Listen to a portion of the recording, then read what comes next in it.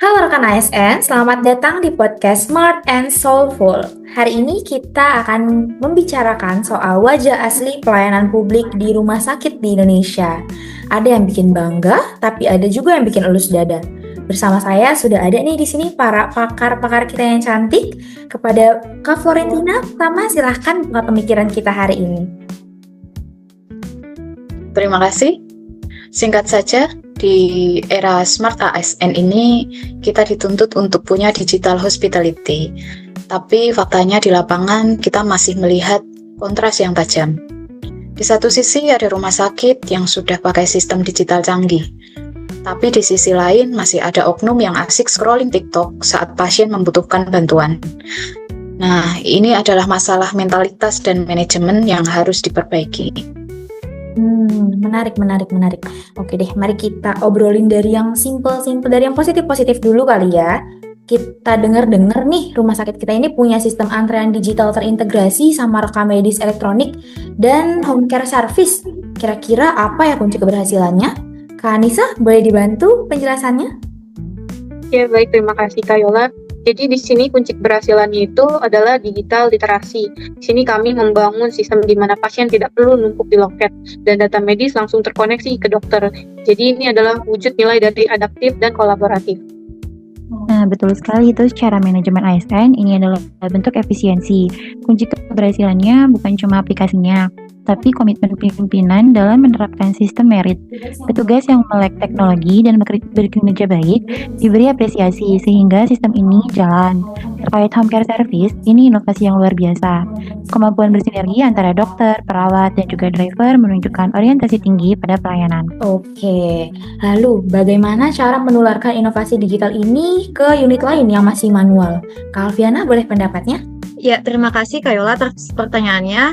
Jadi harus ada transfer of knowledge. Unit yang sudah sukses menjalankan inovasinya menjadi role model. Kita perlu studi banding internal dan pendampingan berkelanjutan. Bukan cuma kasih instruksi lewat surat edaran saja. Tapi tunggu dulu.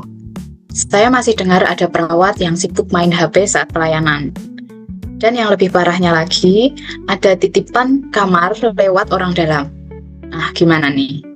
Nah, ini dia nih. Apa kira-kira ya penyebab kegagalan integritas ini? Mungkin penyebabnya adalah lemahnya etika profesi dan pengawasan. Oknum yang main TikTok saat jam kerja itu tanda dia tidak punya rasa tanggung jawab dalam menjalankan tugasnya. Mereka merasa aman karena merasa tidak diawasi secara ketat. Nih, soal orang dalam ya, itu jelas pelanggaran sistem merit dan transparansi. Penyebabnya adalah budaya nepotisme yang masih dipelihara. Ini merusak kepercayaan publik dan juga merugikan pasien yang lebih membutuhkan secara medis. Oke, lalu apa strateginya agar hal ini tidak terulang kembali? Ya, strateginya kalau secara Smart ASN ini kita harus tutup celah itu dengan sistem ya. Slot kamar rawat inap ini harus real time dan bisa diakses oleh publik atau dashboard transparan. Jadi tidak ada lagi nih alasan kamar penuh padahal kamarnya tuh kosong. Dari sisi manajemen itu perlu ada reward dan juga punishment yang tegas. ASN yang melanggar harus diberi sanksi disiplin sesuai dengan aturan, bukan dibiarkan karena alasan senioritas. Oke, berarti intinya adalah integrasi antara sistem yang cerdas dan mentalitas yang berintegritas ya. Apa alternatif terbaik untuk menghindari praktek buruk ini? Kak Flu? Kalau menurut saya ya, alternatifnya adalah penguatan core value berakhlak itu sendiri. Jadi setiap ASN harus sadar bahwa HP adalah alat kerja, bukan alat hiburan di saat jam pelayanan. Dan transparansi data wajib dijalankan di setiap rumah sakit. Nah, kita juga butuh kanal pengaduan masyarakat. Manajemen juga harus lebih responsif menanggapi. Jadi kalau ada main TikTok atau main jalur belakang, masyarakat bisa langsung lapor dan segera ditindaklanjuti. Oke, luar biasa sekali pakar-pakar kita hari ini.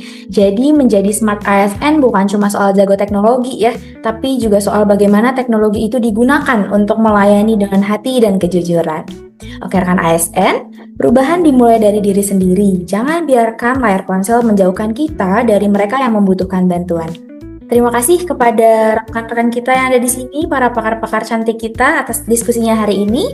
Dan terima kasih juga kepada para pendengar podcast kita. Sampai jumpa di episode berikutnya. See you.